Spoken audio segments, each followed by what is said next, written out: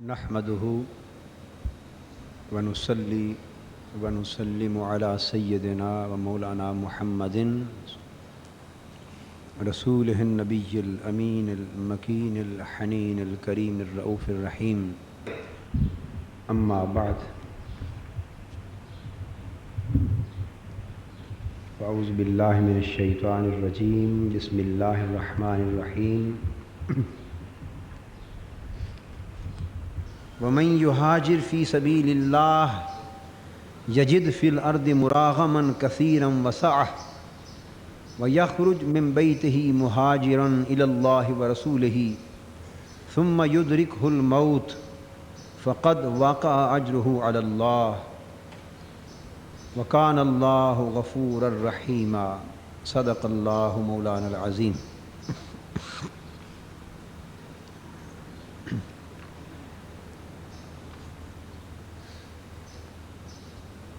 معزز خواتین و حضرات، اللہ رب العزت کی توفیق اور اس کے فضل و کرم سے آج کے درس قرآن کے لیے ہم نے سورہ نساء کی آیت کا حصہ تلاوت کیا ہے۔ اس آیت کریمہ میں اللہ رب العزت نے جہاد اور ہجرت کے احکام کا بیان فرمایا ہے، اور اس کے ساتھ دیگر ضروری تعلیمات اور ہدایات ارشاد فرمائی۔ بلکہ آیت نمبر 95 سے ہم نے درس قرآن شروع کیا ہے۔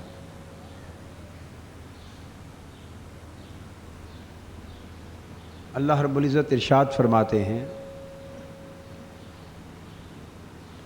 ابتداً اس آیت میں آیت نمبر 95 میں دو طبقات کا ذکر کیا گیا ہے۔ ایک تو یہ بات اہل ایمان کی ہو رہی ہے، وہ جو مومن ہیں، ایماندار ہیں، ان کی بات ہو رہی، کفار کی بات نہیں،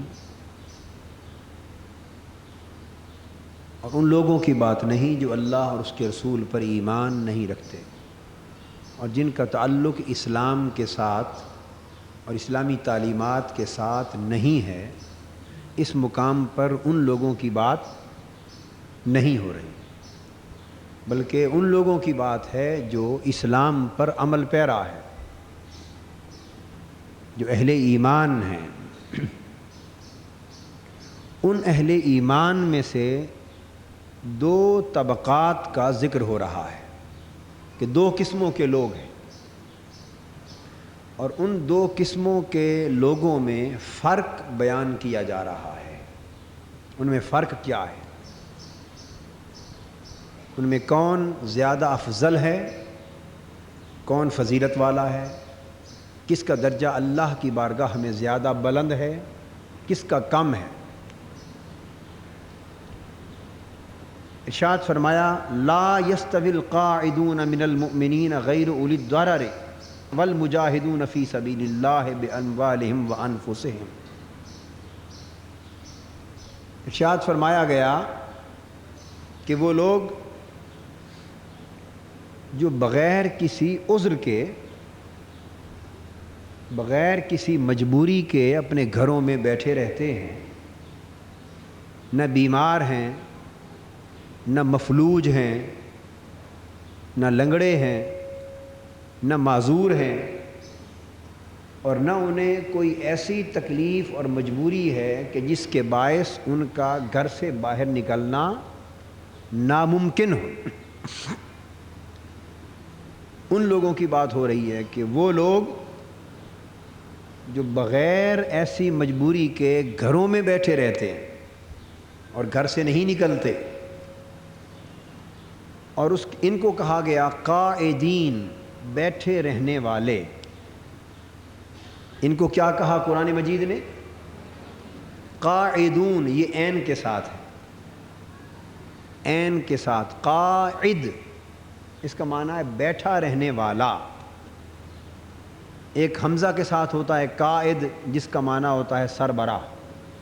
یا پیشوا، یہ ہے عین کے ساتھ قاعد، اس کا معنی ہے بیٹھے رہنے والا، اور دوسرا ہوتا ہے قائم، کھڑا ہونے والا۔ یہاں بات ہو رہی ہے قائدون کی، جو بیٹھے رہتے۔ علامہ اقبال کا ایک شعر ہے، ہاتھ پر ہاتھ دھرے منتظر فردا ہو، یعنی وہ اشارہ کر رہے ہیں کہ تم ہاتھ پر ہاتھ دھر کے بیٹھے ہو، ہاتھ پر ہاتھ دھر کے بیٹھے ہو، اور کل کا انتظار کر رہے ہو کہ خود بخود شاید ہماری حالت بدل جائے۔ ان لوگوں کا ذکر کیا جا رہا ہے اس آیت کریمہ میں کہ جو ہاتھ پر ہاتھ دھر کے تقدیر کا انتظار کر رہے ہیں، اس وقت کا انتظار کر رہے ہیں کہ جب اللہ جل مجدہ خود بخود اپنا فضل فرما دیں گے اور خود بخود ہماری تقدیر بدل دیں گے اور خود بخود ہماری مدد فرما دیں گے اور حالات میں تبدیلی آ جائے گی۔ تو جو لوگ ہاتھ پر ہاتھ دھرے بیٹھے ہیں انتظار میں، اس وقت کے انتظار میں کہ جب وقت بدل جائے گا، قرآن مجید ایسے لوگوں کو قاعدون کہتا ہے، ہاتھ پر ہاتھ دھر کے بیٹھے رہنے والے۔ اور ان کے مقابلے میں دوسرے لوگوں کو فرمایا مجاہدون۔ کیا فرمایا؟ جہاد کے لیے کھڑے ہونے والے۔ قائدون ہاتھ پر ہاتھ دھر کے آرام سے بیٹھے رہنے والے اور حالات کے بدلنے کے لیے کوشش نہ کرنے والے، ان کو قرآن مجید نے کہا قائدون۔ اور اس کے مقابلے میں مجاہدون، حالات بدلنے کے لیے جہاد کی خاطر اٹھ کھڑا ہونے والے۔ تو اب یاد کر لیں آج کی بات کہ یہ دو طبقے بیان ہوئے ہیں آیت نمبر 95 میں سورہ نساء کی۔ اب ارشاد ہو رہا ہے لا یستوی القاعدون من المؤمنین غیر اولی الضرر۔ ہاں، جو لوگ بیمار ہیں، معذور ہیں، مفلوج ہیں اور اس طرح کے مجبور ہیں کہ جن کا اٹھنا، جن کا باہر جانا، جہاد کے لیے محنت کرنا، مشقت کرنا، کوشش کرنا، جن کے لیے ناممکن ہے، جن کے لیے ناممکن، وہ تو صاحبان عذر ہو گئے۔ صاحبان، ان کا تو ایک عذر ہو گیا، ان کی مجبوری ہو گئی، تو اللہ رب العزت نے ان عذر والوں کو مستثنیٰ فرما دیا، ان کو معاف فرما دی۔ تو جیسے آپ نماز پڑھتے ہیں تو بعض ایسی تکلیف کی حالت آ جاتی ہے کہ اس وقت کے لیے نماز عذر کے باعث معاف ہو جاتی۔ آپ روزہ رکھتے ہیں تو روزے کے دوران ایسی تکلیف آ جاتی ہے کہ اس وقت کے لیے روزہ مؤخر ہو جاتا ہے۔ مسافر ہے، اس کے لیے نماز قصر ہو جاتی۔ تو کچھ عذر ہوتے ہیں، کچھ مجبوریاں ہوتی، آدمی بالکل بے ہوش ہو جاتا ہے تو وہ 5 وقت سے زیادہ وقت بھی بے ہوشی رہتی ہے، زیادہ وقت، اس وقت کی نماز جو ہے تو بے ہوشی میں حالت میں معاف ہو جاتی۔ تو بات سمجھا یہ رہا ہوں کہ جو عذر ایسے ہیں جن کے باعث انسان اللہ کے دین کے لیے اور جہاد کے لیے اور حالات کو بدلنے کے لیے اٹھ نہ سکے، نکل نہ سکے، ایسی مجبوری، وہ معذور معاف ہے، وہ معذور۔ اب ان معذوروں کو چھوڑ کر باقی گھروں میں بیٹھنے والوں کو قرآن مجید نے کہا قائدون، ہاتھ پر ہاتھ دھرے منتظر فردا ہو، ہاتھوں پر ہاتھ دھر کے اس دن کا انتظار کرنے والے کہ جس دن خود بخود اس قوم کی تقدیر بدل جائے گی۔ قرآن مجید نے کہا ان اللہ لا یغیر ما بقوم حتی یغیروا ما بانفسہم۔ اللہ تعالیٰ اس قوم کی حالت اور اس قوم کی تقدیر کبھی نہیں بدلا کرتا جس قوم کو خود اپنی حالت کے بدلنے کی فکر نہ ہو۔ اس کو بھی علامہ اقبال نے اس شعر میں بیان کیا ہے کہ خدا نے آج تک اس قوم کی حالت نہیں بدلی نہ ہو جس کو خیال خود اپنی حالت کے بدلنے کا۔ تو جن لوگوں کا ذکر ان مقامات پہ آیا انہیں یہاں قرآن مجید نے القائدون کہا۔ کیا کہا؟ قائدون۔ تو فرمایا کہ یہ قائدون ہاتھوں میں بیٹھے رہنے، گھروں میں بیٹھے رہنے والے، اور یاد رکھ لیجئے یہ مردوں کو بھی شامل ہے اور عورتوں کو بھی شامل۔ کن کو؟ چونکہ آگے قرآن مجید کی آیت نمبر 98 میں الا المستضعفین من الرجال والنساء والولدان تینوں کا نام آ رہا ہے، عورتیں مستثنا نہیں ہیں، عورتوں کے لیے چھوٹ بولیے نہیں ہے۔ آگے آ رہا ہے کہ سوائے ان کمزوروں کے جو مردوں میں سے ہیں، عورتوں میں سے ہیں اور بچوں میں سے ہیں، اور وہ استطاعت نہیں رکھتے سفر کی، باہر نکلنے کی، تو جب تینوں کا نام لے کر آگے ایک مقام پر ایگزمپشن استثناء دیا تو اس سے پتہ چلا کہ یہ حکم بیک وقت مردوں کے لیے بھی ہے، عورتوں کے لیے بھی ہے، اور جوانوں کے لیے بھی، لڑکوں کے لیے بھی اور لڑکیوں کے لیے بھی۔ یاد رکھیں قرآنی تعلیمات جب عموم پر آتی ہیں تو وہ مردوں، عورتوں، جوانوں، بیٹوں، بیٹیوں سب کے لیے عام ہوتی ہیں، سوائے اس مقام کے کہ جس میں نام لے کر عورتوں کو الگ کر دیا گیا ہو، مستثنا کر دیا گیا ہو۔ ہاں اس جہاد کی ذمہ داری کی ادائیگی کی نوعیت جدا جدا ہو، اس ذمہ داری کی ادائیگی کی نوعیت جدا جدا ہوگی۔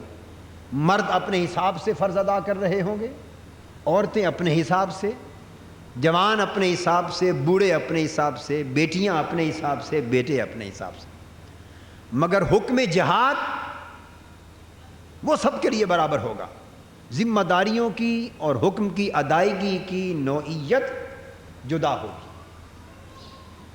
اللہ پاک نے فرمایا کہ جو اس طرح بغیر عذر کے گھروں میں بیٹھ رہتے ہیں وہ لوگ المجاہدون فی سبیل اللہ باموالہم وانفسہم، اور وہ لوگ جو اللہ کی راہ میں اپنا مال خرچ کر کے اور اپنی جانیں خرچ کر کے جہاد کر رہے ہیں۔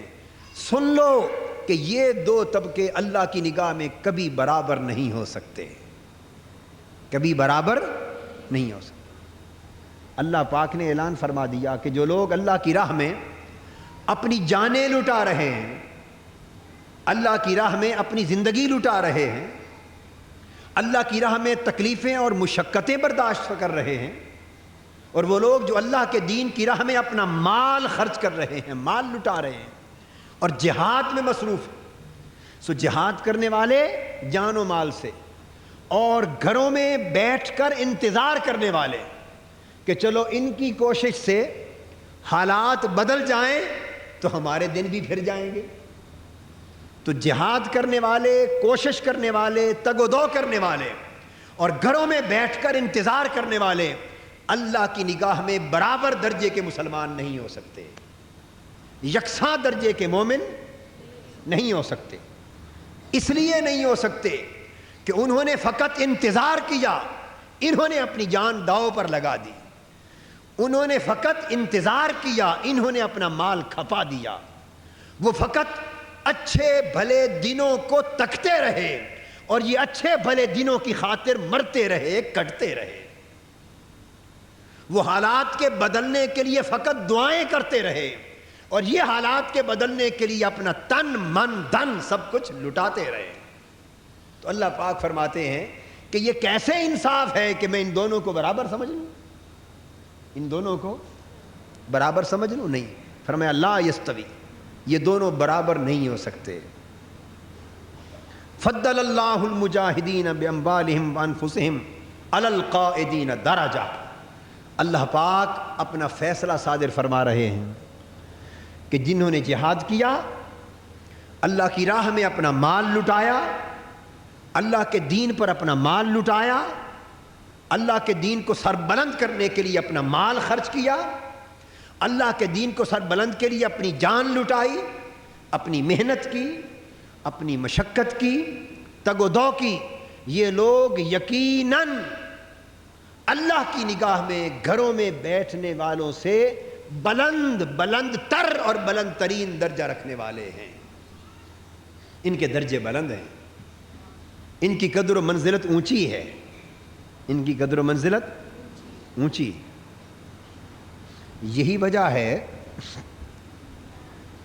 کہ جب سیدنا امام حسین رضی اللہ تعالیٰ عنہ کربلا معلیٰ کی طرف تشریف لے گئے تو چند لوگ، چند صحابہ اور اہل بیت پاک کے افراد آپ کے ساتھ تھے، مگر اس علاقے میں اس دور میں کئی اور بھی نیک لوگ تھے، کئی اور نیک لوگ بھی تھے. وہ ساتھ نہ گئے، وہ بیٹھے رہے. انہوں نے اپنا تن من دھن لٹا دیا تو کیا دونوں درجے میں برابر رہے؟ بولیے، کیا دونوں درجے میں برابر رہے؟ انہوں نے ظلم کا ساتھ بھی نہ دیا، ظلم کا ساتھ بھی نہ دیا، مگر حق کی خاطر کٹے بھی نہ. تو کیا حق کی خاطر کٹنے والے اور ظلم کا ساتھ تو نہ دیں مگر بیٹھے رہنے والے، کیا دونوں برابر ہو سکتے؟ نہیں ہو سکتے. اللہ پاک نے فرمایا کہ مجاہدین اور قاعدین دونوں اللہ کی نگاہ میں برابر نہیں، بلکہ جہاد کرنے والوں کے درجے اور فضیلت اللہ کی بارگاہ میں اونچی. وَكُلًّا وَعَدَ اللَّهُ الْحُسْنَى، مگر اگر ہیں اہل ایمان، ہیں اہل ایمان اور کسی مجبوری کی وجہ سے، اب یہاں ایک تیسرے طبقے کی بات آ گئی، باہر نہیں آ سکے، جہاد نہیں کر سکے، تگ و دو نہیں کر سکے، ہیں ایمان پر، ظلم کا جھوٹ کا ساتھ بھی نہیں دے رہے، مگر حق کی خاطر عملاً جہاد بھی نہیں کر رہے، مگر جھوٹی اور باطل راہ پر بھی نہیں چل رہے، نیک عمل کر رہے ہیں، گھر میں بیٹھے نیک عمل کر رہے ہیں، اللہ اللہ کر رہے ہیں، لوگوں کو بھلائی کی راہ بتا رہے ہیں، لوگوں کو سچائی کی طرف رغبت دے رہے ہیں، حق اور خیر کی دعوت لوگوں تک پہنچا رہے ہیں. گھر بیٹھے ہیں مگر گھر بیٹھے بھی ہیں خیر کی راہ پر، نیکی کی راہ پر، تقوی کی راہ پر، دین کی راہ پر ہیں، جھوٹ اور باطل کا ساتھ نہیں دے رہے اور جہاد بھی نہیں کر رہے. تو فرمایا ایسے سب لوگوں سے اللہ پاک نے وعدہ تو بھلائی کا ہی کر لیا ہے، بھلائی ان کو بھی عطا کر دے گا، بھلائی ان کو بھی عطا کر دے گا.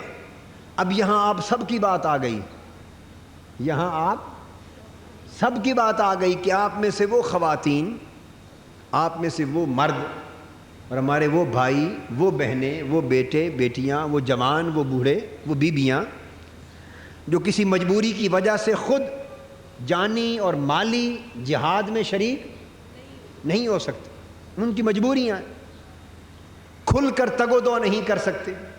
اب آپ کا مسئلہ آ گیا کہ نہیں؟ یہاں کئی بہنوں کا مسئلہ آ گیا نا کہ ہمارا دل تو بہت چاہتا ہے کہ ہم کھل کر اللہ کے دین کو سر بلند کرنے کے لیے محنت کریں، مشقت کریں، مجاہدہ کریں، تگ و دو کریں، مگر کچھ ایسی مجبوریاں آڑے ہیں کہ ہم وہ کچھ کر نہیں پاتے.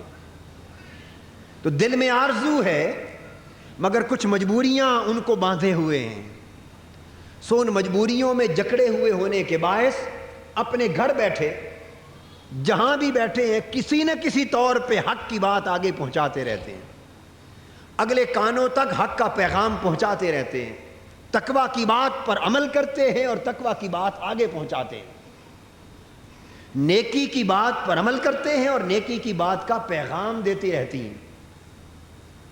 اس خیر کو اپنی زندگی اور اپنے کردار میں خیر کو عملاً نافذ کرتے ہیں اور یہی خیر دعوت اور تبلیغ کے طور پہ آگے لوگوں تک پہنچاتے رہتے ہیں. دو باتیں ہیں، ایک ہے خیر اور نیکی پر خود عمل کرنا، اور جو شخص خیر، نیکی اور تقویٰ پہ خود عمل نہیں کرتا اور دوسرے کو تقویٰ اور نیکی پر عمل کرنے کی بات کرتا ہے، یہ عمل تو ہے ہی سرے سے منافقت، یہ عمل منافقت ہے. لما تقولون ما لا تفعلون، یعنی جب آپ کی اپنی بیٹیوں کی شادی کا وقت آئے، اپنی بیٹیوں کی شادی کا وقت آئے تو آپ ڈیمانڈ کریں، اس گھر میں رشتہ دیں گے جس گھر کا بیٹا بڑا افسر ہو، کسٹم میں لگا ہوا ہو، انکم ٹیکس میں ہو، ایسے ایسے محکمے میں ہو جہاں سے خوب پیسے آئیں، مالدار گھرانہ ہو، یا جب آپ کے بیٹے، اور اس سے بڑھ کر یہ جب آپ کے بیٹے کی شادی کا وقت آئے تو آپ نخرے کریں اور یہ کہیں کہ بہو تو اس گھر سے لائیں گے جو کوٹھی بھی لائے، جو کار بھی لائے، جو اتنا جہیز بھی لائے، اتنے لاکھ روپے بھی لائے، اتنی خوبصورت بھی ہو، اتنی مالدار بھی ہو۔ بیٹا بے شک اس لائق ہو یا نہ ہو، بیٹے کا منہ نہیں دیکھنا، بیٹے کا منہ نہیں دیکھنا، بہو اس گھر سے لائیں گے جو ساتھ اتنا مال لائے۔ تو شادی آپ دراصل اپنی بیٹی کی اس لڑکے سے نہیں کر رہے، آپ اس مال و دولت سے کرنا چاہتے ہیں۔ تو جب آپ اپنی بیٹی کے بیاہنے کا وقت آئے تو اس وقت مال کے پجاری بن جائیں، اور جب اپنی بیٹیوں کو بیاہ لیں اور دوسروں کا وقت آئے تو وہاں بیٹھ کے تنقیدیں کریں، وہاں بیٹھ کر اور معاشرے پر تنقید کریں، دیکھو جی بڑا ظلم ہے معاشرے میں، کیا کریں۔ بیٹی کا رشتہ لیتا ہی کوئی نہیں، اس لیے کہ ہم غریب ہیں، جہیز نہیں دے سکتے، مال و دولت نہیں دے سکتے، دروازے پر بیٹی بیٹھی، بیٹی والوں کو پوچھتا ہی کوئی نہیں۔ معاشرے پر یوں تنقید کریں، اور جب آپ کی بیٹی کی شادی کا وقت آئے تو آپ کی نظر داماد سے بڑھ کر مال و دولت پر ہو، تو یہ کھلی منافقت۔ معاشرے سے اس طرح برائیوں کا خاتمہ نہیں ہو سکتا، یہ بھی جہاد کا ایک راستہ ہے۔ اگر آپ چاہتے ہیں کہ معاشرے کے حالات بدل جائیں تو معاشرے کے حالات کو بدلنے کے لیے میری ماؤں، بہنوں، بیٹیوں، آپ کو اپنے گھر کے اندر خود انقلاب برپا کرنا ہوگا، اپنی ذہنیت کو بدلنا ہوگا۔ اس مشن کے ساتھ وابستگی کا معنی یہ ہے کہ آپ یہ عزم کر لیں کہ بیٹا بیاہیں تو شریعت محمدی کے ضابطے کے مطابق، اور بیٹی کی شادی کریں تو شریعت مصطفی کی ضابطے کے مطابق۔ دنیا کی مال اور دولت کی طلب کی لعنت کو ٹھکرا دو، اپنی عمل، اپنی زندگی، اپنے گھر کے نظام کو شریعت کے تابع کر دو، اصول کے تابع کر دو، نیکی اور تقوی کے تابع کر دو۔ اگر آپ اپنے ایک ایک گھر میں اس نظام کو نافذ کرنا شروع کر دیں تو دیکھیے کہ دیکھا دیکھے آپ کے محلے میں کتنا انقلاب آ جاتا ہے، آتا یا نہیں آتا۔ مگر آپ یہ کام کرنا نہیں چاہتی، آپ توقع کرتے ہیں کہ یہ کام دوسرا کرے، ہم دیکھتے رہیں، یہ کام آغاز نہیں کرنا چاہتے۔ آپ سے کہا جائے کہ یہ مہندیاں چھوڑ دیں تو آپ چھوڑنے کو تیار ہوں گی؟ یہ میرا درس قرآن چھوڑ دیں گی، مہندی تیل نہیں چھوڑیں گی۔ بڑی کھری سی بات ہے، بڑی کھری بات ہے۔ اگر آپ میں سے یہ آپشن دی جائے کہ کون مہندی تیل پر جو ہزاروں لاکھوں روپے کے پیسے برباد ہوتے ہیں اور ہندوانہ رسمیں اور اس سے فحاشی اور بے پردگی جنم لیتی، اگر آپ سے کہا جائے کہ یا وہ چھوڑ دیں یا میرا درس چھوڑ دیں، تو آپ بآسانی کہہ دیں گے یہ آپ کا درس چھوڑ دیتے ہیں، اس میں پرابلم کوئی نہیں۔ یہ چھوڑنا آسان ہے نا، کہ یہ تیل، یہ مہندی، یہ لغو، یہ فضول، یہ اسراف، تبذیر کیا ہے سوائے پیسوں کی بربادی اور غریب خاندانوں کے اندر دنگا فساد۔ جب چار چار رسمیں آپ شادی کی کرتی ہیں اور ہر رسم کے لیے شرط ہے کہ نیا سوٹ پہن کے جانا ہے، شرط ہے یا نہیں جی؟ اور ہر سوٹ کے رنگ کے ساتھ جوتا پہن کے جانا ہے، اور ہر جوتے کے رنگ کا زیور پہننا ہے، اور اسی رنگ کی نیل پالش بھی لگانی ہے، اور اسی رنگ کی میک اپ بھی کرنی ہے، یہ ہے کہ نہیں شرط ہے نا؟ تو آپ سے کہا جائے کہ یہ ہزارہ روپے کا لغو اور فضول خرچہ ہے جو ہزاروں لاکھوں گھروں کی زندگی برباد کر رہا ہے، تو آپ اس کے خلاف تو بولیں گی، اس کے خلاف تو بولیں گی، مگر اس کو چھوڑنے پر تیار تو کون ہے جو اس کو چھوڑنے پر تیار نہیں ہے؟ سب تیار ہیں؟ پورے عزم کے ساتھ تیار ہیں؟ میں آپ کو یقین دہانی کراتا ہوں. مجھے آپ کہیے آپ خانہ خدا میں ہیں، درس قرآن ہو رہا ہے، یہ مہندی کرنے کے لیے کبھی شادی شدہ بہنوں سے پوچھ رہا ہوں، مہندی کی رسم کرنے کے لیے کبھی آپ کو شوہر نے مجبور کیا یا آپ مجبور کرتی؟ بولیے بھئی، خواہ آپ بیٹے والی ہوں یا بیٹی والی ہوں، میں دونوں سے پوچھ رہا ہوں کہ مہندی کی رسم کریں گے، یہ مجبور شوہر کرتا ہے یا بیوی کرتی؟ آپ کرتی. تیل کریں گے، شوہر مجبور کرتا ہے یا بیوی مجبور کرتی؟ اتنا کچھ سامان اٹھا کے ریڑھیوں، ٹانگوں اور کاروں پر لاد کر لے جائیں گے بیٹی والوں کے گھر اور بیٹے والوں کے گھر، یہ شوہر مجبور کرتا ہے یا بیوی مجبور کرتی؟ اس کا مطلب یہ ہوا کہ یہ سارا فساد نہیں. یہ مہندی کی بات نہیں کر رہا. دیکھیے، ہماری ایک بہن نے مجھے کہا کہ ہم نے تو 16 سال ہو گئے کبھی مہندی نہیں لگائی ہاتھ پر. میں اس مہندی کی بات نہیں کر رہا، وہ مہندی آپ کے لیے جائز ہے، وہ مہندی عورتوں کے لیے جائز ہے. میں اس رسم کی بات کر رہا ہوں جو شادیوں کے ساتھ متعلقہ رسم ہے. میں عرض یہ کرنا چاہتا ہوں کہ شوہر اگر لاکھ چاہے تو گھر سے ان ناجائز رسموں کے لاکھوں اور ہزارہ روپے کے اخراجات کا بوجھ اتار نہیں سکتا. اگر وہ زور دے گا تو گھر میں فساد پیدا ہو جائے گا، بدمزگی ہوگی. میری بہنوں، اگر آپ چاہیں تو شوہر کا دماغ خراب ہے، اس کی تو جان چھوٹ جائے گی خرچے سے. وہ تو آپ کو لاکھ دعائیں دے گا کہ اللہ آپ کے درجے بلند کرے، یہ مسئلہ حل کر دیا. اگر آپ یہ تہیہ کر لیں کہ شادی کا مقصد فقط نکاح اور ولیمہ ہے، ٹھیک بات ہے قریشی صاحب، کہ شادی کا مقصد فقط نکاح یعنی نکاح اور رخصتی، یہ بیٹی والوں کی شادی اور بیٹے والوں کی ولیمہ، اگر یہ تہیہ کر لیں کہ فقط یہ دو چیزیں اس کا نام شادی ہے، تو بتائیے کہ لاکھوں روپے کے خرچے بیک وقت ختم ہو جاتے ہیں کہ نہیں؟ اور یہ لازم نہ کریں اپنے اوپر کہ شادی کے موقع پر بیٹی کے سسرال والوں کو یا بیٹے کے سسرال والوں کو اتنے درجن سوٹ اور اتنے لاکھوں روپے کے خرچے اور زیورات بہر طور دینے. اگر نہ دیں تو کیا ہو جاتا؟ کوئی سر پھوڑ دے گا آپ کا؟ بھئی بیٹی والے بیٹے کو دے دیں، بیٹے والے بیٹی کو دے دیں، اور اس سے زائد کچھ ہو تو ایک دوسرے کے والدین کو دے دیں یا بیٹیوں کو دے دیں گھر میں، بس ختم ہو گئی بات. وہ بھی اگر جتنی وسعت ہو. حقیقت پسند بننے کی کوشش آج کا معاشرہ کیوں نہیں کرتا؟ کیوں نہیں کوشش کرتا؟ لڑکے سے پوچھو فلاں جگہ شادی کرنی، تو آج مرد اور لڑکے کی سوچ بگڑ گئی.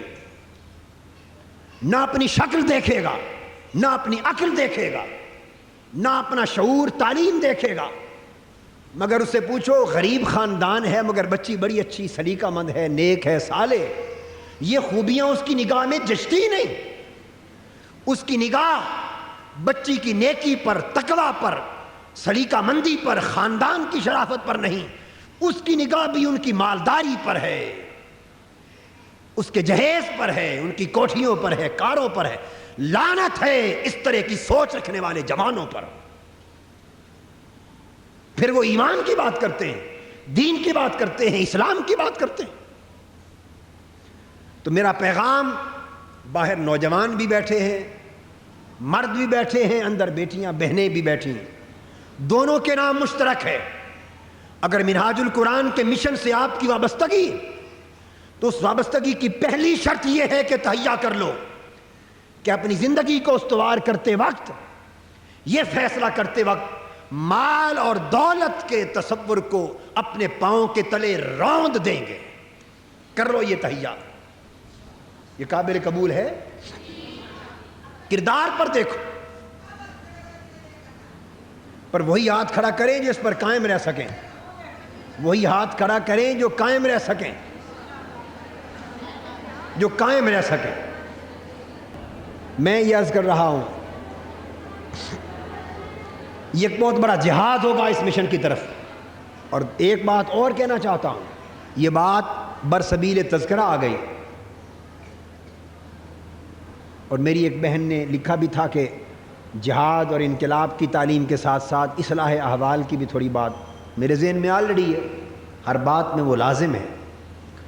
تو میں اس ضمن میں ایک اور کہنا چاہتا ہوں بات، وہ یہ ہے کہ ایک اگر یہ تہیہ کر لیں آپ آپس میں کہ مال و دولت کا حرص اور لالچ اس لعنت کو دل سے نکال پھینکیں، اور دوسرا تہیہ یہ کر لیں کہ کوشش کریں یہ رشتہ داری جو آپ کی مشن کے حوالے سے آپس میں بنتی ہے، منہاج القرآن سے وابستہ ہونے سے، پاکستان عوامی تحریک سے وابستہ ہونے پر، اور مصطفی انقلاب سے وابستہ ہونے پر، اس مرکز کے تعلق سے وابستہ ہونے پر جو رشتہ داری قائم ہوتی ہے، یہ رشتہ داری خون کی رشتہ داری سے بھی بلند بالا اور پاکیزہ تر رشتہ داری ہے، تو یہ تعلق اللہ کے لیے ہے، یہ الحب فی اللہ ہے، یہ الحب اللہ کے لیے محبت ہے۔ تو میں آپ کو ترغیب دینا چاہتا ہوں کہ کوشش کریں کہ آپس کی رشتہ داریاں اس دینی رشتہ داری کو اگلی رشتہ داری کے ساتھ منسلک کرنے کی کوشش کرا کریں۔ جن کے ہاں بیٹیاں ہوں اور ادھر کسی بہن اور ماں کے پاس بیٹا ہو، اس کے اندر یہ درد ہونا چاہیے کہ میرے مشن کا وابستہ گھر ہے، میں اپنے بیٹے کو ادھر بیاہ کر ان کی بیٹھی ہوئی ہے جوان بیٹی، ان کا بوجھ اتار دوں، ان کا بوجھ، یہ فکر ہونا چاہیے ایک دوسرے کے ساتھ۔ اگر آپ اس طرح آپس میں منسلک ہونے لگے تو یقین جانیے بہت سے خاندانی جھگڑوں سے نجات مل جائے گی، بہت سے مسائل حل ہوں گے، جھگڑوں سے نجات مل جائے گی۔ اور یہ جو بہت سے گورکھ دھندے ہوتے ہیں، جی ہم تو نہیں چاہتے تیل مہندی اور فلاں فلاں رسمیں کرنا، پر کیا کریں لڑکے والوں کا اصرار ہے، ہم تو بیٹی والے ہیں، مجبور ہیں، ہم انکار نہیں کر سکتے، اس مجبوری سے جان چھوٹ جائے گی جب دونوں گھر مشن کے ساتھ وابستہ ہوں، دونوں گھر مشن کے ساتھ وابستہ ہوں، اور نکاح طے کریں کہ منہاج القرآن کے مرکز پہ جا کے ہوگا، نکاح منہاج القرآن کے مرکز پر ہوگا۔ اور اگر میں یہاں ہوں، موجود ہوں، تو جب اطلاع دیں یہاں مرکز پہ نکاح ہو، میں اس محفل نکاح میں شریک ہونے کو بھی تیار ہوں، خود تیار ہوں۔ اس انداز سے جب آپ روش زندگی کو بدلیں تو پھر یہ تعلق صرف درس قرآن کی حد تک زندگی کا اس مشن سے منسلک نہ ہوگا، بلکہ آپ کی پوری زندگی کا رخ بدل کے رکھ دے گا، روش زندگی بدل جائے گی، روش زندگی بدل جائے گی۔ تو آئیے یہ تہیہ کریں کہ دین فقط رسم نہ بن جائے، دین فقط ایک نعرہ نہ بن جائے، دین فقط زندگی کا ایک گوشہ نہ بن جائے، بلکہ دین پوری کی پوری زندگی پر چھا جائے، پوری کی پوری زندگی کی جہت کو بدل ڈالے، پوری کی پوری زندگی کی سمت کو بدل ڈالے، اور پوری کی پوری زندگی کا رنگ اور ڈنگ بدل ڈالے۔ یا ایھا الذین آمنوا ادخلوا فی السلم کافہ، اے ایمان والو اگر اسلام میں داخل ہونا ہے تو پھر سارے کے سارے داخل ہو جاؤ۔ یہ مطلب کیا ہوا کہ زندگی کے کچھ حصوں پر کفر کا رنگ ہو، کچھ پر منافقت کا رنگ ہو، اور کچھ پر اسلام کا رنگ ہو۔ دو رنگی چھوڑ دے یک رنگ ہو جا، سراسر موم یا پھر سنگ ہو جا۔ تو جب آپ اپنی پوری زندگی اسلام کے تابع کر دیتے ہیں اور زندگی کے ہر گوشے پر اسلام کا رنگ چڑھا دیتے ہیں، اور مشن آپ کے انگ انگ میں رچ بس جاتا ہے، مشن آپ کے خون کے رگ و ریشے میں رچ بس جاتا ہے اور خون کی طرح گردش کرنے لگتا ہے، آپ کی سوچ مشن کے تابع، آپ کا فکر مشن کے تابع، اٹھنا مشن کے تابع، بیٹھنا مشن کے تابع، سونا جاگنا مشن کے تابع، کھانا پینا مشن کے تابع، حتیٰ کہ جینا مرنا مشن کے تابع، آپ کی دوستی مشن کے تابع، دشمنی مشن کے تابع، حتیٰ کہ رشتہ داریاں مشن کے تابع۔ پھر دیکھیے کہ آپ کی زندگی میں اللہ پاک کیا برکتیں لاتا، کیا برکتیں لاتا۔ آپ کو کئی بار پریشانیاں ہوتی ہیں، رشتوں کی تلاش میں ایسے گھر رشتہ کر بیٹھے، اس گھر کے لوگ آپ کے مشن کے دشمن، آپ کے ادارے کو، تحریک کو، مشن کو گالیاں دیتے ہیں، اب آپ آگے آگ ہے پیچھے دیوار، مصیبت میں پھنس جاتے۔ یہ سب اچھے گھروں کی یعنی مال والے گھروں کی تلاش کا دھندا ہے۔ اگر آپ اس سے بالا ہو جائیں اور آپ نے مشن کا ایک غریب گھر نظر آ جائے، ایک غریب گھرانہ جو کٹیا میں رہتا ہو، مگر ہے آقا دو جہاں صلی اللہ علیہ وسلم سے محبت کرنے والا، ہے اس دین سے مشن کرنے والا، محبت اس مشن سے محبت کرنے والا۔ آپ کا تعلق بھی مشن سے ہے، وہ کٹیا قبول کر لے، اللہ اس محبت کی برکت سے اس کٹیا کو ایک وقت آئے گا محل میں بدل دے گا، آپ کے دلوں کو راحت ہوگی، آپ کی روحوں کو سکون ہوگا، اور یہ تعلق اس دیواجی زندگی کو جنت میں بدل کے رکھ دے گا۔ تو میں نے آپ کو دو پیغام دیے ہیں۔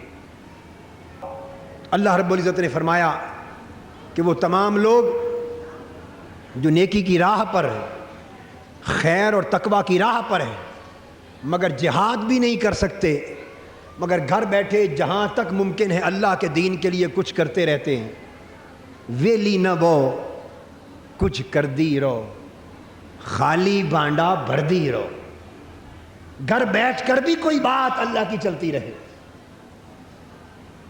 تو اللہ پاک نے فرمایا کہ چلو ان کے لیے بھی بھلائی کا وعدہ ہے، ان کے لیے بھی بھلائی کا وعدہ ہے، مگر دوبارہ دہرا دیا کہ بھلائی کے وعدے والوں یہ نہ سمجھ لینا کہ جہاد کرنے والوں کے برابر ہو جائیں گے چونکہ بھلائی کا وعدہ جو ہو گیا، نہیں، فرمایا نہیں، دوبارہ وَفَضَّلَ اللَّهُ الْمُجَاهِدِينَ عَلَى الْقَاعِدِينَ أَجْرًا عَظِيمًا۔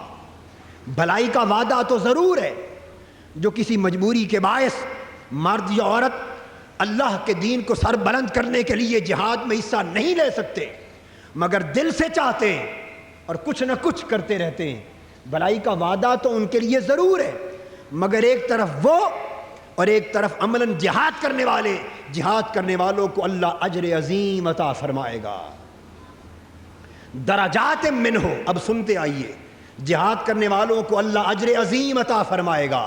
انگلی پر گنے ایک بات، کیا بولیے؟ جہاد کرنے والوں کو اللہ اجر عظیم عطا فرمائے گا، اور جب وہ اجر عظیم کہتا ہے اس اجر عظیم کا کوئی انسان شمار نہیں کر سکتا، خدا جانے وہ اجر کہاں سے شروع ہوتا ہے اور کہاں تک جا کے ختم ہوتا ہے، وہ بلا حساب و کتاب اجر ہے، اپنی رضا دے گا، اپنے انعامات دے گا، اپنا قرب دے گا، اپنا فضل دے گا، اپنا احسان دے گا، اپنا انعام دے گا، اور خدا جانے آخرت میں اپنا دیدار دے گا، اور جنتیں بے حساب دے گا، اپنی نوازشات دے گا، اپنی طرف سے خصوصی لطف و کرم دے گا، قلبی راحت دے گا، خدا جانے کیا کیا دے گا۔ اس نے تو ایک جملے میں بات ختم کر دی کہ اجر عظیم عطا فرماؤں گا۔ کن کو؟ جو میرے دین کے لیے جہاد کریں گے۔ اور پھر فرمایا درجات منہ، اگلی بات، دوسری بات، انگلی پر گنے۔ پہلا کیا فرمایا؟ انگلی پر گنے، اجر عظیم دے گا۔ پھر فرمایا درجات منہ، پھر اپنی طرف سے ان کے درجے بلند کر دے گا، ان کے درجے۔ تو جہاد نہ کرنے والے جتنے متقی ہوں، جتنے تہجد گزار ہوں، جتنے عبادت گزار، یہ نکتہ سمجھنے والا ہے، یہ نکتہ سمجھنے والا ہے، ساری رات کھڑے ہو کر مصلی پر اللہ کے حضور دست بستہ عبادت کرنے والے ہوں، ساری رات سجدوں میں گڑ گڑا کے رونے والے ہوں، ساری رات اللہ اللہ کی تسبیح کرنے والے ہوں، ساری عمر روزہ رکھنے والے ہوں، جتنے نیک متقی پرہیزگار عبادت گزار ہوں، مگر جہاد کے لیے باہر نہیں نکلے، وہ لوگ اور وہ نیکوکار متقی جو جہاد کا جھنڈا اٹھا کے باہر نکل آئے ہیں، اللہ پاک نے فرمایا ان کے درجوں میں اور ان کے درجوں میں زمین آسمان کا فرق ہے۔ درجات منہ، اپنی بارگاہ سے بہت سے درجے عطا فرمائے گا، ومغفرتاً، اور بخشش کی بارش فرمائے گا، ورحمتاً، اور اپنی رحمت سے ان کی جھولیوں کو بھر دے گا، وکان اللہ غفور الرحیمہ، اور اللہ تعالیٰ معاف فرمانے والا ہے اور رحم کرنے والا ہے۔ اندازہ کر لیں کہ اللہ تبارک و تعالیٰ نے اپنے دین کی خاطر جہاد کرنے والوں کے درجے کتنے بلند فرما دیے، کتنے بلند فرما دیے۔ آگے آیت نمبر 97 میں فرمایا ان الذین توفاہم الملائکۃ ظالمی انفسہم، وہ لوگ فرشتے جن کی جان قبض کرنے کے لیے آتے ہیں، وہ لوگ جو جہاد سے بچتے ہیں، جہاد سے گریز کرتے ہیں، جہاد سے بولیے گریز کرتے ہیں، گھبراتے ہیں، گھروں میں بیٹھے رہتے ہیں، اور پھر بیٹھے بیٹھے موت تو ہر ایک پر آنی ہے۔ موت کا وقت، اگر آپ گھروں میں بیٹھے رہیں تو کیا موت سے بچ جائیں گے؟ اگر آپ جہاد کے لیے دین کے دشمنوں، ظالموں، منافقوں، حاسدوں اور طاغوتی طاقتوں اور منافق طاقتوں سے ٹکر لینے کے لیے میدان میں نکل آئیں تو جو وقت موت کا مقرر ہے، کیا موت اس سے پہلے آ جائے گی؟ موت تو جہاں بھی آنی ہے آ جانی ہے۔ ایک واقعہ بتاتا ہوں۔ حضرت سلیمان علیہ السلام کے زمانے میں ایک شخص تھا،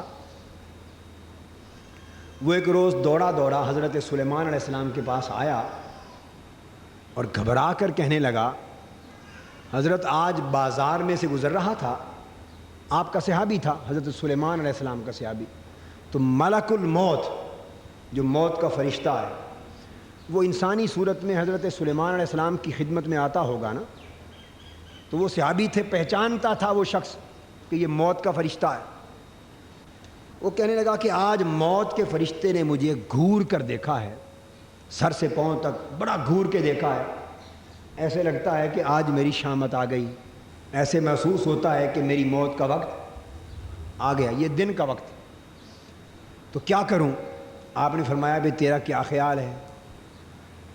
اس شخص نے عرض کیا، حضرت ایسا کریں، چونکہ ہوائیں حضرت سلیمان علیہ السلام کے تابع تھی، ہوائیں تابع تھی، عرض کیا حضرت آپ ہواؤں کو حکم دیں وہ مجھے یہاں سے اڑا کر سمندر پار کئی ہزار میل دور کسی جزیرے میں پھینکائیں، اتنا دور پھینکیں کہ ملک الموت تو آج یہاں پھر رہا ہے نا، اسے خبر ہی نہ چلے کہ میں کہاں چلا گیا۔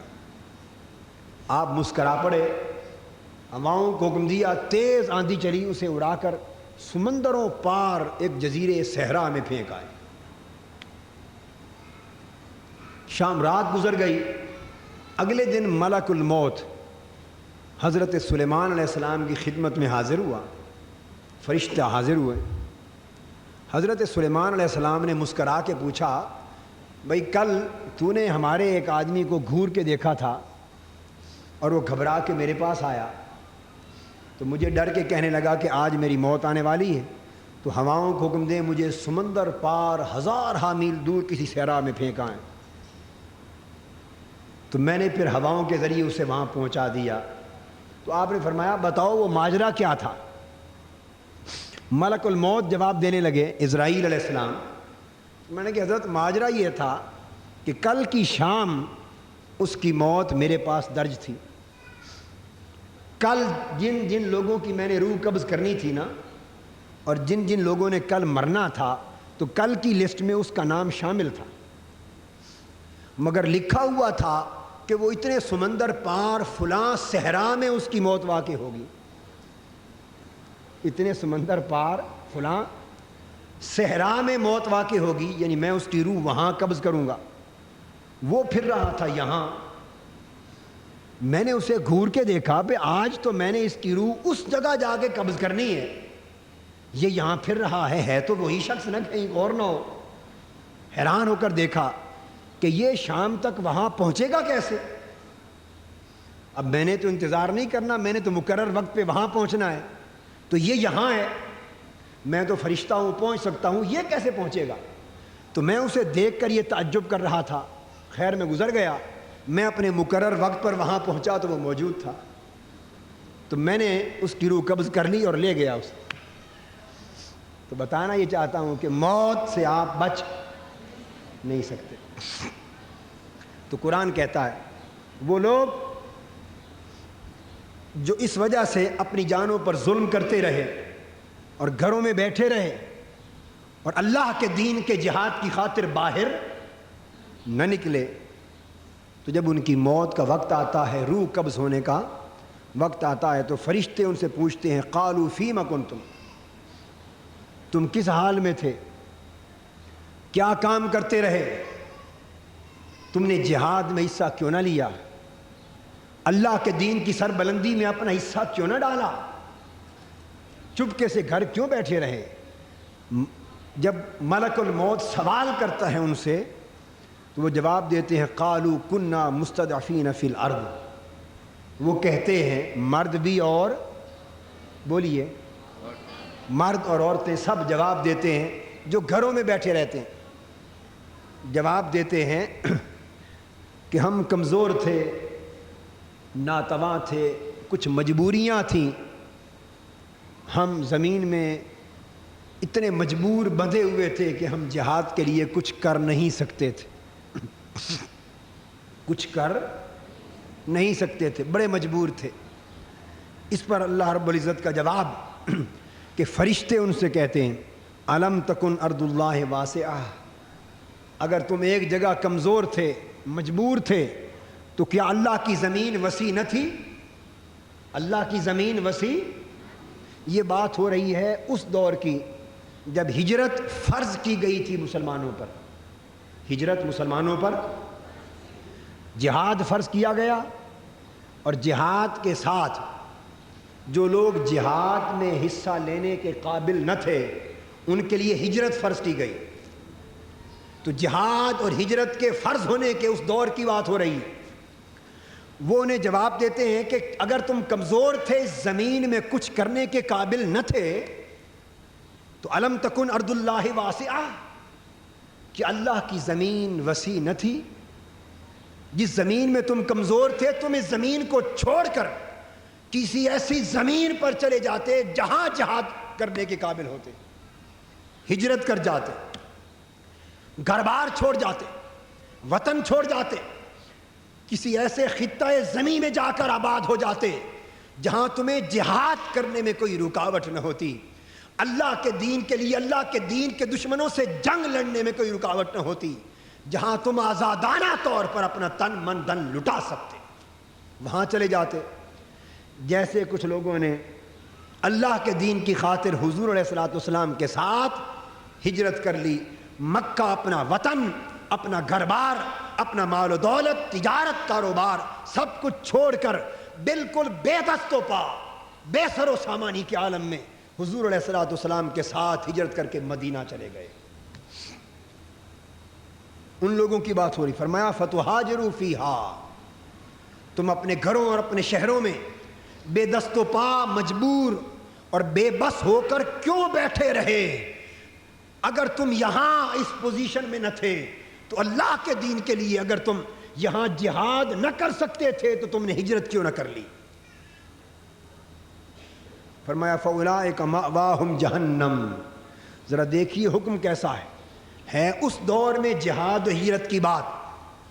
اب کا حوالہ ابھی عرض کرتا ہوں کہ اس حکم کا فائدہ اب کیا ہے، اس حکم کا تعلق اب کی آج کی زندگی سے کیا ہے، عرض کرتا ہوں۔ مگر دیکھیے حکم جہاد اترا تو کتنا شدید، اور گھر بار چھوڑ کے ہجرت کرنے کا حکم آیا تو وہ بھی کتنا سخت۔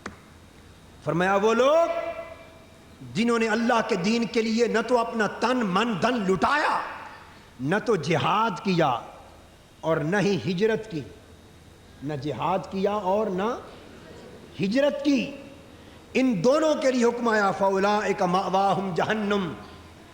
ڈر کر جہاد نہ کرنے والوں اور ڈر کر ہجرت بھی نہ کرنے والوں دونوں سن لو کہ پھر تمہارا ٹھکانہ سوائے جہنم اور دوزخ کی آگ کے اور کوئی ٹھکانہ نہیں ہے۔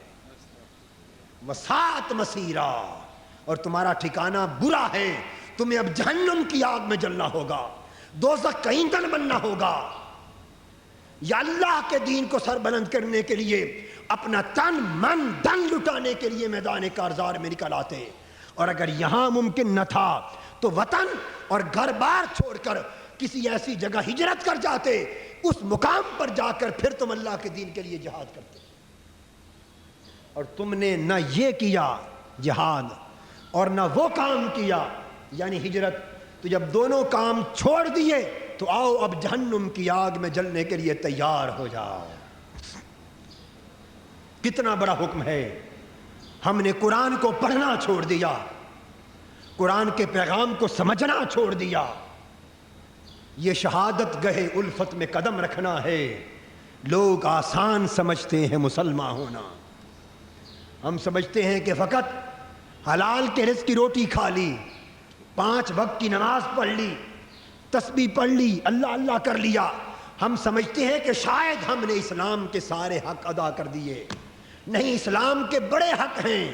جب اسلام محکوم ہو, اسلام پر ظلم ہو رہا ہو, اللہ کے دین سے بغاوت ہو رہی ہو, اللہ کے دین سے منافقت ہو رہی ہو, اللہ کے دین کا نظام جب سرزمین پر نافذ نہ ہو, ظالم طاقتیں اللہ کے دین کا مذاق اڑا رہی ہوں, اللہ کی مخلوق پر ظلم ہو رہا ہو, تو مسلمانوں پھر بڑے حق ہوتے ہیں, ذمہ داریاں بڑھ جاتی, فرائض بڑھ جاتے. ان فرائض کی بجاوری خواہ کسی بھی صورت میں کرو, مگر اس بجاوری کے سوا کوئی چارہ کار نہیں رہتا. تو آج اس جہاد اور ہجرت کا حکم ہمارے لیے کیا ہوگا؟ تو بعض صورتوں میں جہاد اور ہجرت کا حکم اسی طرح قائم اور دائم, جیسے افغانستان میں ہوا, جیسے آج افغانستان میں ہوا کہ جو لوگ اس قابل تھے انہوں نے جہاد کیا, جو جہاد کے قابل نہ تھے وہ ہجرت کر گئے, جو اس قابل ہیں وہ کشمیر میں جہاد کر رہے ہیں, جو اس قابل نہیں وہ ہجرت کر گئے. جہاد اور ہجرت کا حکم آج بھی جوں کا توں قائم ہے, مگر رہ گیا ہمارا معاشرہ جس میں ہم رہ رہے ہیں, اس میں بھی جہاد اور ہجرت کا حکم ہے, مگر سمجھ لیں اس کی شکل مختلف ہے. جہاد کرو, اپنا مال اس تحریک پر خرچ کرو جو تحریک اللہ کے دین کو سربلند کرنے کے لیے میدان میں ہے, اس مشن پر خرچ کرو جو اللہ کے دین کی عظمت اور تمکنت کے لیے میدان کارزار میں ہے, اس کام پر خرچ کرو جس مشن کے لیے مصطفی انقلاب کا سورج طلوع ہونے کو ہے. اپنا تن من دھن, اپنی دعوت, اپنی تبلیغ, اپنی زبان, اپنے قدم, اپنا جسم, اپنی دعائیں, اپنی صبحیں, اپنی شامیں, جو کچھ ہو سکے مصطفی انقلاب اور دین اسلام کی سربلندی کے مشن کے لیے جو کچھ ہو سکے خرچ کرو. یہ جہاد ہے. جو کچھ ہو سکے خرچ کرو, یہ بولیے جہاد ہے. گھر میں بیٹھے خرچ کرو. اور ہجرت کا معنی کیا ہے کہ جتنا وقت گھر سے باہر نکل کر اس پیغام کو گھر گھر پہنچانے کے لیے دے سکو, آج کے دور میں یہی تمہاری ہجرت ہے. یہی تمہاری ہجرت ہے کہ گھر سے نکلو. آج میرے بھائیوں اور میری بہنوں, میری ماں, میری بیٹیوں, جوانوں, بوڑھوں, اللہ کا دین آج گھر بیٹھے رہنے سے سربلند نہیں ہو سکتا. فقط گھر مسلوں پر فقط نمازیں پڑھتے رہنے سے آج اللہ کا دین غالب نہیں ہو سکتا. جہاد اور ہجرت کی سنت کو, جہاد اور ہجرت کی سنت کو آج اپنے طریقے کے مطابق پھر سے زندہ کرنا ہوگا. جہاد کا مطلب تو سمجھ میں آ گیا کہ جو جان کھپا سکے آج جان کھپا دے, جو وقت دے سکے وقت دے دے, جو تکلیفیں اٹھا سکے اس مشن کے لیے تکلیفیں اٹھائے, جو جتنا مال خرچ کر سکے وہ مال خرچ کرے. یہ تو ہو گیا جان اور مال سے جہاد کرنا. اور ہجرت کیا ہوئی کہ کچھ نہ کچھ وقت اس مشن کے لیے گھر سے نکلا کرو, جہاں تک ہو سکے ایک ایک گھر میں اس مشن کی دعوت کو پہنچاؤ, دین کے پیغام کو پہنچاؤ. حرکت کرو, گھروں سے نکلو, جہاں جہاں جا سکو تنہا جاؤ, قافلے جا سکیں تو قافلوں کی شکل میں جاؤ, وفد جا سکے تو وفدوں کی شکل میں جاؤ, شہر شہر جاؤ, قریہ قریہ جاؤ, گاؤں گاؤں جاؤ, کراچی سے خیبر تک اور لاہور میں لاہور سے محلے سے محلے تک. جس کی بساط جتنی ہے, جس کی طاقت جتنی ہے, جس کے وسائل جتنے ہیں, اپنی بساط کی حد تک گھروں سے نکلو اور کونے کونے تک اللہ کے دین کی سربلندی کے پیغام کو عام کر دو. گھروں سے اس مقصد کے لیے نکلنا تمہارا اللہ کے حضور ہجرت بن جائے گا. ہجرت تصور ہوگا. گھروں سے نکلنا ہجرت تصور ہوگا. بولیے بولیے. یا آج اس مشن کو سمجھنے کے لیے اپنے احوال کی اصلاح کی فکر لے کر، اپنے ذہنوں اور قلب کی اصلاح کی فکر لے کر اللہ کے دین کا پیغام اپنی روحوں میں اتارنے کے لیے اور اس امت کے احوال کو بدلنے کی تڑپ اور آگ اپنے سینوں میں جلانے کے لیے آپ گھروں سے نکل کے آئی ہیں نا، یہ بھی ہجرت کا ایک حصہ ہے. یہ بھی ہجرت کا ایک حصہ ہے. مگر میری بہنوں، یہ آگ جو آپ کے سینوں میں لگانا چاہتا ہوں، اور میرے بھائیوں اور بیٹوں، یہ آگ جو آپ کے تن بدن کو لگانا چاہتا ہوں، میری آرزو یہ ہے کہ ایسے شعلے بن جاؤ کہ جو جسم تم سے ملے اس کے اندر بھی آگ لگ جائے. ہر جسم شعلہ زن ہو جائے، یہ چنگاری ہر جگہ بھڑک جائے، گھر گھر یہ چراغ جل جائیں، ہر طرف یہ پیغام پہنچ جائے. اور اس وقت تک چین سے نہ بیٹھو، آرام سے نہ بیٹھو جب تک ہر گھر میں مصطفی انقلاب کے چراغ جلنے نہ لگے.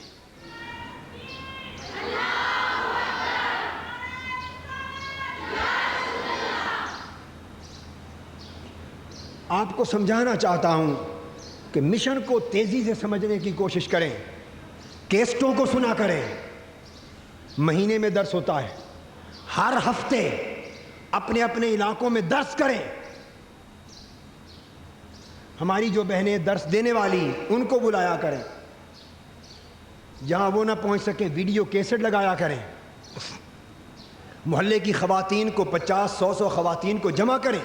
گھر گھر جا کر، جس طرح آپ کے بیٹوں بیٹیوں کی شادی ہوتی تو نکلتے ہیں کہ نہیں میاں بیوی، اور گھر گھر جا کر 2 مہینے ایک ایک دروازے پر جا کر دعوت دے کر آتے ہیں. بولیے دے کر آتے ہیں کہ نہیں؟ بولیے دیتے ہیں یا نہیں؟ تو آپ کے بیٹے بیٹیوں کی شادی ہو، ایک ایک دروازے پر جا کر دعوت دیں اور آپ کی شان میں کمی نہ آئے، اور میرے مصطفیٰ کے دین کی دعوت ہو تو دروازے دروازے پر جانے میں آپ محسوس کریں کہ بے عزتی ہوگی. لعنت ہے ایسی عزت پر جو اللہ کے دین کی خاطر دروازوں پر جانے سے کٹے. دروازے دروازے پر جانا دین مصطفیٰ کی خاطر، اللہ کے دین کی خاطر، اس سے عزت گھٹتی نہیں بلکہ بلند ہوتی ہے. اپنے بچوں کے لیے کم مگر دین کے لیے زیادہ جایا کریں. عرض کرنا چاہتا ہوں کہ اللہ یہ دین کا پیغام لے کر محلوں میں جائیں، علاقوں میں جائیں، کالونیز میں جائیں. ہر ہفتے اجتماع کریں. آپ عہد کریں کہ ہر ہفتے اجتماع کریں، صرف 1 گھنٹے کے لیے بس. کتنا؟ مختصر کیسٹ چلائیں، تلاوت کریں. پڑھنے والی خواتین منہاج الافکار جلد سوم لے لی آپ نے؟ تیسری جلد نہیں، تیسری وہ بھی لے لیں. پہلی تو آپ نے اس وقت لے لی تھی نا. تیسری جلد زیادہ ضروری ہے. تیسری جلد اس میں تربیت ہے، اس میں تربیت. وہ خریدیں، آپ بھی خریدیں، نوجوان بھی خریدیں، مرد عورت سب لوگ خریدیں. مرد اس میں سے سبق پڑھ کے سنائیں، پیغام سنائیں، درس قرآن کے کیسٹ لگائیں، حضور کی سیرت میں سے بیان پڑھیں اور مشن میں سے کچھ ان کو پیغام دیں، اور دعوت دے کر بڑے ماہانہ اجتماع کے لیے جمع کریں تاکہ اجتماع بڑھے، چراغ سے چراغ جلے. یہ آپ کا جہاد ہوگا، یہ آپ کی ہجرت ہوگی. فرمایا الا المستضعفین من الرجال والنساء والولدان لا یستطیعون حیلۃ ولا یہتدون سبیلا. صرف وہ مرد، وہ عورتیں اور وہ بچے جو واقعی بے بس، جو واقعتاً بے بس، مجبور ہیں، معذور ہیں، بیمار ہیں، اور اتنے مجبور ہیں کہ ان کے پاس کوئی تدبیر اور کوئی راستہ نہیں کہ وہ جہاد یا ہجرت میں حصہ لے سکیں. فرمایا بس وہ معاف. صرف وہ ہے آپ میں سے کوئی اتنا مجبور کہ جو جہاد اور ہجرت کا جو مفہوم میں نے اب سمجھایا، اس میں سے کسی سبیل پر بھی حصہ نہ لے سکے؟ کوئی ہے ایسا مجبور؟ کوئی ہے ایسا مجبور؟ تو فرمایا نہیں. جب ہر ایک کسی نہ کسی سبیل میں اللہ کے دین کی راہ میں جہاد یا ہجرت میں حصہ لے سکتا ہے تو اسے اپنی بساط کے مطابق اپنا فرض انجام دینا ہوگا. فَأُولَٰئِكَ عَسَى اللَّهُ أَن يَعْفُوَ عَنْهُمْ، وہ جو بالکل مجبور ہیں، بالکل مجبور ہیں۔ ارے کوئی حضرت بلال سے بھی بڑھ کر مجبور ہوگا، جن کو ان کا یہودی مالک آگ کی طرح تپتے ہوئے انگاروں پر ننگی پشت کے ساتھ لٹا کر کوڑے مارتا تھا اور کہتا تھا کہ اپنا رب کا نام لینا بند کر دو، تو حضرت بلال کا جسم تپتے ہوئے انگاروں پر تڑپتا اور بے ساختہ عشق کی آگ میں بھنا ہوا بلال چیخ چیخ کر کہتا احد احد احد۔ کبھی اس سے بڑی مجبوری بھی ہوگی؟ اگر یہ ہمارے ایمان کی کمزوریاں ہیں۔ فرمایا وکان اللہ عفوا غفورا، اللہ ایسے لوگوں کو تو معاف کرتا ہے جو بالکل ہی مجبور، جن کے پاس کوئی راستہ نہ ہو، مگر باقیوں کو نہیں۔ اور آخر میں فرمایا ومن یہاجر فی سبیل اللہ یجد فی الارض مراغما کثیرا وسعۃ، بس جو کوئی اللہ کی راہ میں ہجرت کرتا ہے، اللہ کی راہ میں گھر سے نکلتا ہے، ہجرت کرتا ہے، وہ یقیناً بڑی جگہ پائے گا اور بڑی کشادگی پائے گا، بڑی جگہ پائے گا اور بڑی کشادگی پائے گا۔ روزی میں کشادگی ہوگی، اس کے کاروبار میں فراخی ہوگی۔ تم اللہ کے دین کے لیے گھر سے نکل کے دیکھو، اللہ کے دین کے لیے لٹا کر دیکھو، دیکھو اللہ کس طرح کشادگیاں اتارتا ہے، مراغمن کثیرہ، کس طرح اللہ پاک نعمتیں اتارتا ہے، ایسی کشادگیاں اتارتا ہے، وسعتیں اتارتا ہے، روزی کاروبار اور تجارت میں وسعتیں اتارتا ہے۔ وسعتاً، کشادگی تجارت اور کاروبار میں دیتا ہے، کمی نہیں آتی بلکہ اضافہ ہوتا چلا جاتا ہے۔ وَمَن يَخْرُجْ مِن بَيْتِهِ، بس جو کوئی اپنے گھر سے نکلے، جو کوئی اپنے گھر سے نکلے، مہاجراً الی اللہ ورسولہ، اللہ کی طرف ہجرت کرنے والا بن کر اور اللہ کے رسول کی طرف ہجرت کرنے والا بن کر، یعنی جس کی منزل سفر اللہ کی رضا ہو اور مصطفیٰ کا دین ہو، جو اللہ کے لیے گھر سے نکل پڑے، جو دین مصطفیٰ کے لیے گھر سے نکل پڑے، جو اللہ اور اللہ کے رسول کو منانے کے لیے گھر بار اور تن من دن لٹاتا ہوا گھر سے نکل پڑے، ثم یدرکہ الموت، اور راستے میں اسے موت آ جائے، راستے میں اسے اپنا کام پورا نہ کر سکے، کام پورا اپنی منزل تک پہنچ بھی نہ سکے، راستے میں ہی موت آ جائے، اللہ فرماتے فقط واقع اجرہ علی اللہ، اس کا سفر اللہ کے ہاں پورا ہو گیا، اس کی ہجرت پوری ہو گئی، اس کا جہاد پورا ہو گیا، اس کا اجر مکمل ہو گیا۔ سفر نامکمل کیا تھا مگر اس سفر کی موت نے، اس کے مرنے نے اس کے سفر کو مکمل کر دیا، اس کا کام اللہ کے حضور مکمل ہو گیا۔ وَكَانَ اللَّهُ غَفُورًا رَحِيمًا، اور اللہ پاک معاف فرمانے والا ہے اور رحم فرمانے والا ہے۔ آج ہم سورہ نساء کی 95 نمبر آیت سے 100 نمبر آیت تک کے بیان کو ختم کرتے ہیں، اور اللہ رب العزت کے حضور امید کرتے ہیں کہ آج آپ کو جہاد، ہجرت کا وہ مفہوم جو عہد رسالت مآب صلی اللہ علیہ وآلہ وسلم میں تھا، اور وہ مفہوم جو آج بھی بعض علاقوں میں، جیسے آپ کو میں نے افغانستان اور کشمیر اور بعض ایسے علاقوں کی مثال دی کہ جہاں جہاد کرنا فرض ہے یا ہجرت کرنا فرض ہے، اور علاوہ اس کے ہمارے معاشرے میں جہاد و ہجرت کی صورت کیا ہے، ہمارے معاشرے میں یہ سمجھائی، اور ساتھ یہ واضح کیا کہ اس کے ساتھ ساتھ ہمیں اپنے احوال کی اصلاح کیسے کرنی چاہیے، اپنے گھروں کے نظام میں تبدیلی کیسے لانی چاہیے، اس انقلاب کے مشن کو اپنے گھروں کے اندر کس طرح نافذ کرنا چاہیے، اور مصطفی انقلاب کے اس مشن کو اپنے وجود، اپنی ذات اور اپنے گھر سے کیسے شروع کرنا چاہیے۔ اللہ رب العزت ہمارے احوال کی اور ہماری زندگی کی اور ہمارے اعمال کی اصلاح فرمائے۔ وما علینا الا البلاغ۔ شیخ الاسلام ڈاکٹر محمد طاہر القادری کے آفیشیل یوٹیوب چینل کو سبسکرائب کریں اور بیل آئیکن کلک کریں۔